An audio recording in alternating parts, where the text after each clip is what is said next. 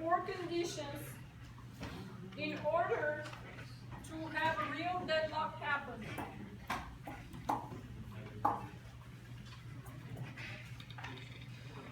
First one is mutual exclusions.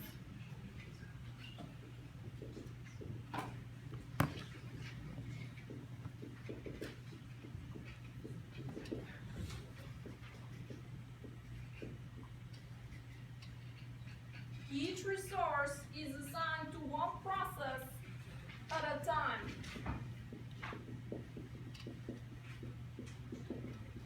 So mutual exclusion means that each resource is assigned precisely to one process at a time.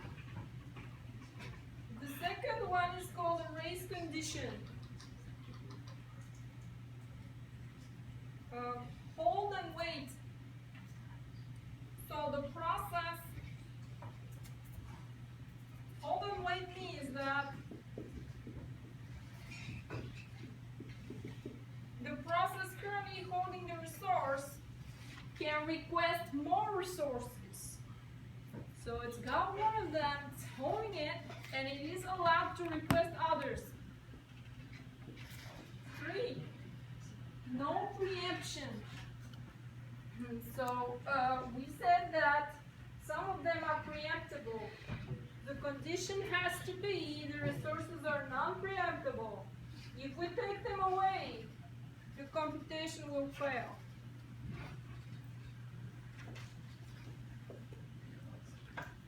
So the resources previously granted cannot be forcibly taken away from the process. And the last one, circular wait.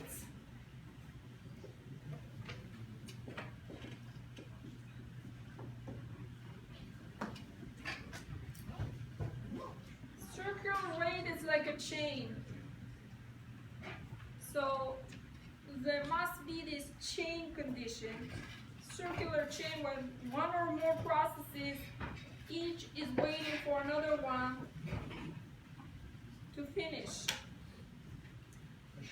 And this is how it looks like.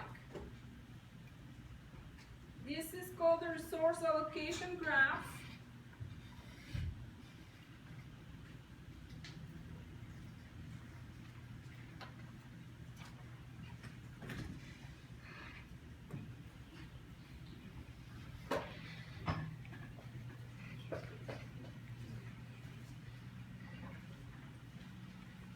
In this graph, the circles are processes.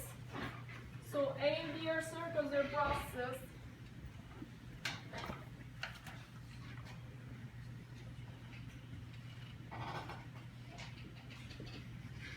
And the squares are resources. So we have R is a resource and S is a resource.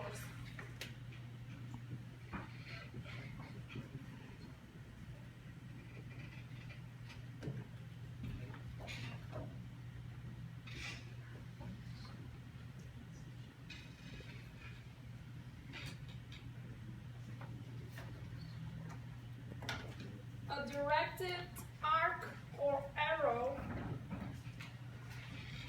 from a node, from a resource to a process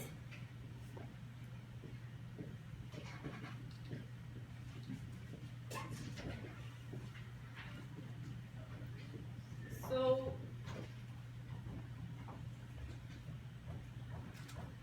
the arc starts from the resource and points towards the process. This means that the process has acquired this resource. So if the arrow is pointing from the resource to the process, it means that A has R. It has acquired it. If we have the other way around, directed arc,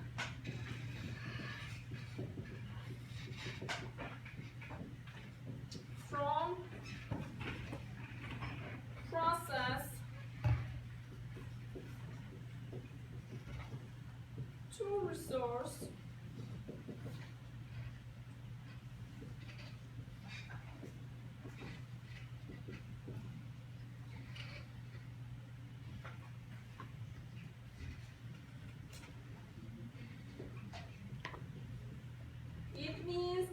the process wants the resource, but it cannot have it right now, and it's blocked waiting on it. So if the arrow is coming out of the process pointing towards the resource, this means the resource B wants S, but it cannot have it right now.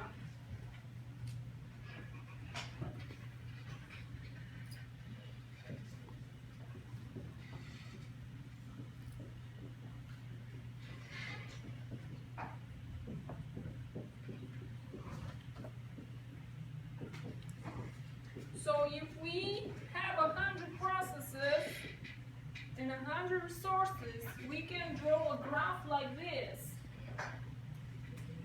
and look for circles in a graph, because we need a circular weight condition.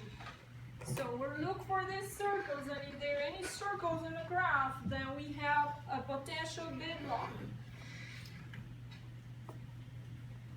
So let's see here.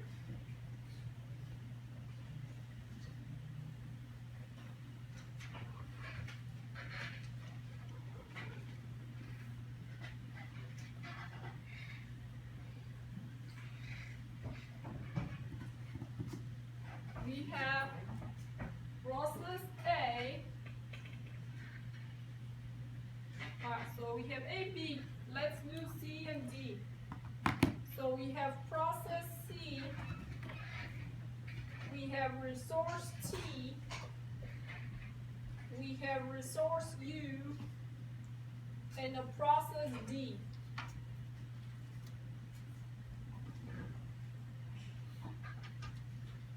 So the blue arc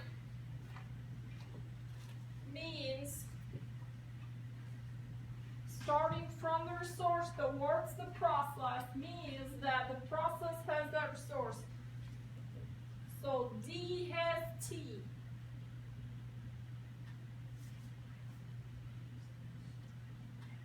Starting from the resource to a process. C has U. And then the red arc would be the process wants the resource, but it cannot have it. D wants U, but C has it. So D cannot have it. It has to wait for it. And then we have the same situation here. C wants T, but it can't have it because D has it. He has to wait for it. So we have this circle. As soon as we have a circle, we have a potential deadlock. So this is the circular weight condition that we mentioned here.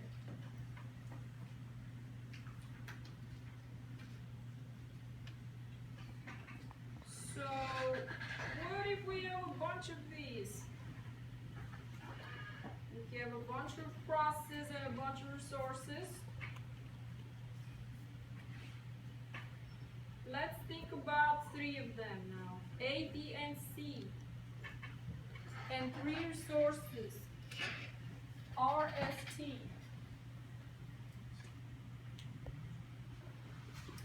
So,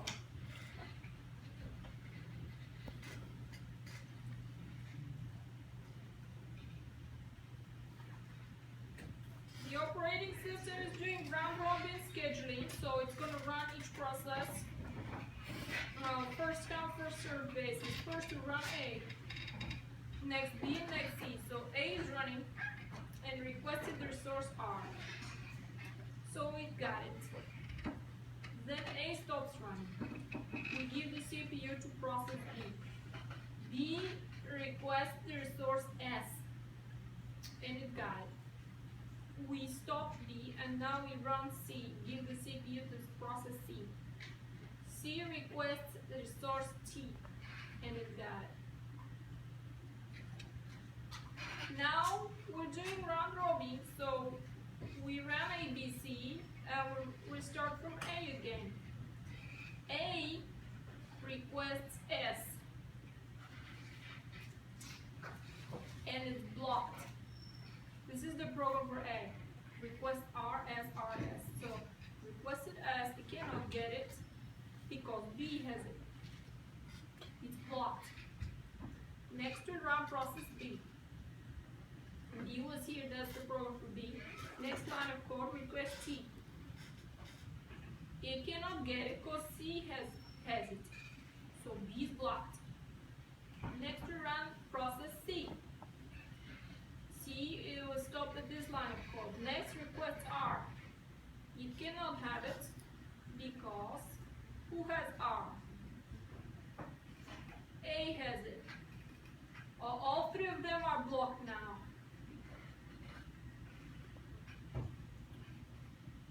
Quickly block each other.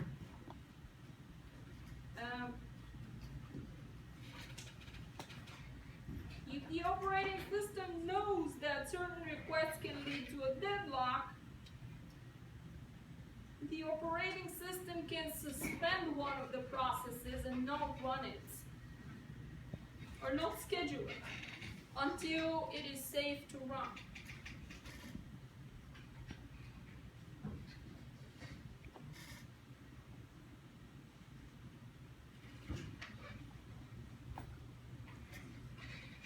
So you can see the circular wait starts to develop here. This is just following the steps that we mentioned earlier. So there's more circular waits here. And that's why all of these got deadlocked. So, how can we manage this?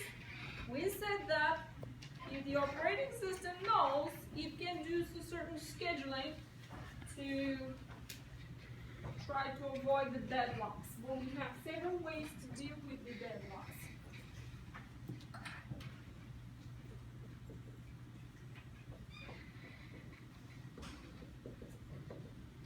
The first one is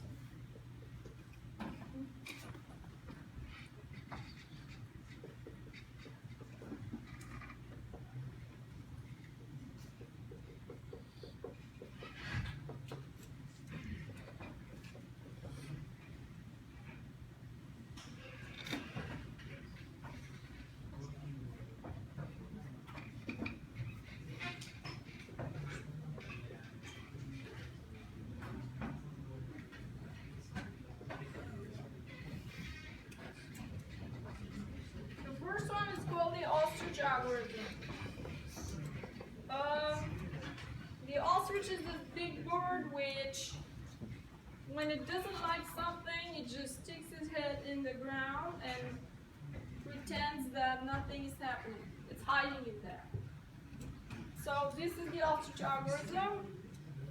If deadlocks happen, we just ignore them. The group next time will be talking about this. Why would we want to do that? Just ignore, just pretend nothing's happening and ignore them. Because what? Because maybe they don't happen all that often. What if it happens once every 5 years? Are we going to implement some complicated operating system logic to handle them? Probably not. Or just reboot the machine and deal with it once every 5 years. The next one is detection and recovery.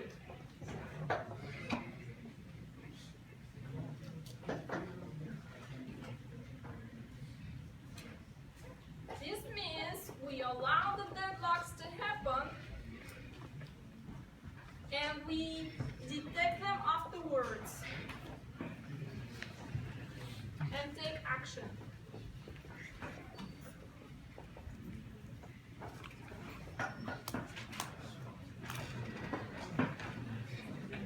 The third one is dynamic avoidance by careful resource allocation. This is when we said the operating system, if it knows about it, if it's anticipating that, we can do some scheduling to avoid them. So we don't allow them to happen. See, here we allow them to happen, and we detect them and we deal with them later. Here we don't allow them to happen at all. resource allocation. So we would implement some complex algorithm to carefully allocate these resources and make sure these deadlocks never happen. And the fourth one is, remember we have 4 conditions for them to occur. If we prevent one of these conditions from happening, the deadlocks will not occur. So prevention by negating one of the conditions.